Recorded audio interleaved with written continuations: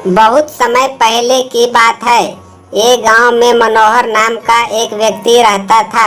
वे गांव में रहकर कि छोटा मोटा काम करके अपना जीवन यापन करता। मनोहर भगवान पर बहुत विश्वास रखता था। गांव में जब भी किसी के साथ कुछ अच्छा होता तो वो मंदिर जाकर भगवान से हमेशा उस चीज के लिए धन्यवाद बोलता। लेकिन गांव में जब कभी किसी के साथ कुछ बुरा होता तो वो भगवान के सामने जाकर उनसे सवाल करने लगता। सवाल करने के बाद वो अक्सर ये बोलता कि भगवान, आपने उनके साथ अच्छा नहीं किया। अगर आपकी जगह मैं होता तो सब कुछ ठीक कर देता। मनोहर के सवाल करने की इस आदत से तंग आकर एक दिन भगवान उनसे सामने प्रकट हो गए। उन्हें देखकर मनोहर आश्चर्य से भर गया।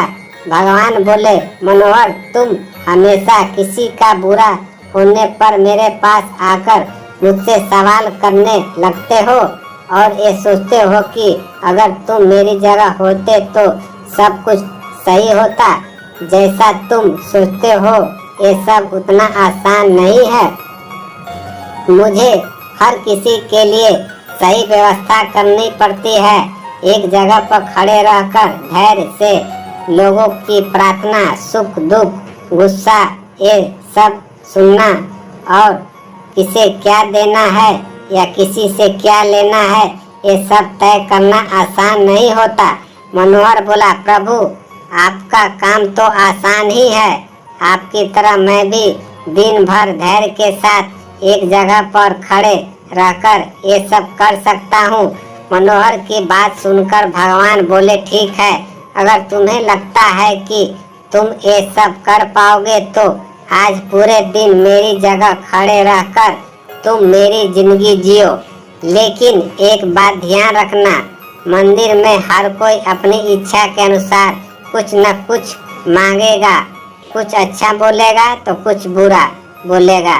तुम्हें बस उनकी बातें सुननी है और धैर्य के साथ अपनी जगह पे चुपचाप खड़े रहना है और अपनी तरफ से कुछ नहीं करना है। मनोहर मान गया और एक दिन के लिए वो भगवान की जगह खड़ा हो गया। थोड़ा देर के बाद गांव का एक धनी व्यक्ति मंदिर में आया और भगवान से बोला, प्रभु, मैं अपना कारोबार दूसरे गांव में भी करने जा रहा हूँ। आप मुझ पर अपना आशीर्वाद बनाए रखना। प्रार्थना पूरी करने के बाद जब वो धनी व्यक्ति भगवान के पैर छूने के लिए नीचे झुका तो उसकी जेब से पैसे की एक गड्डी गिर गई। उसने उस पर ध्यान नहीं दिया और चला गया।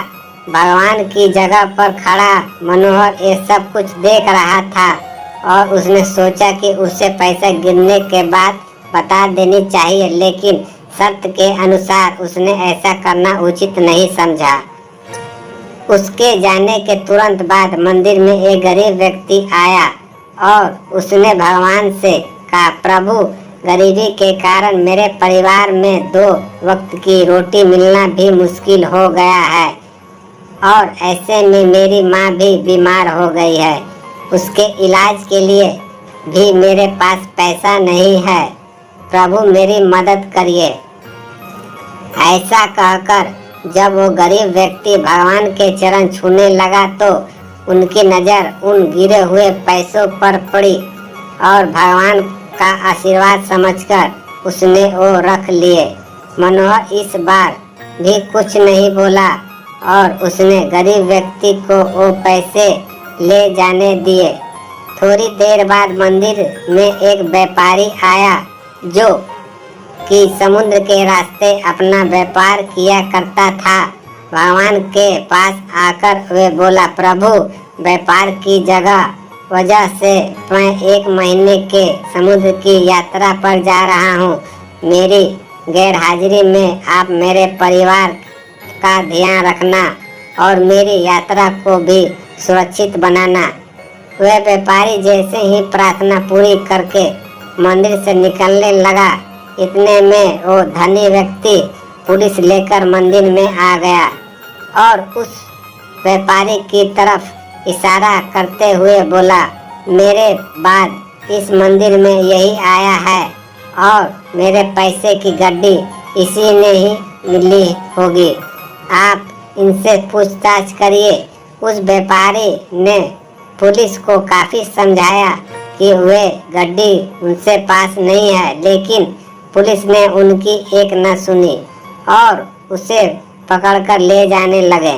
भगवान बने मनोहर से ये सब कुछ देखना नहीं गया, क्योंकि उनकी आंखें के सामने अन्याय हो रहा था और वो सोचने लगा कि अगर मैं कुछ नहीं बोला तो एक बेकसूर व्यक्ति को सजा मिलेगी और जो कसूरवार है वो आराम की जिंदगी जिएगा।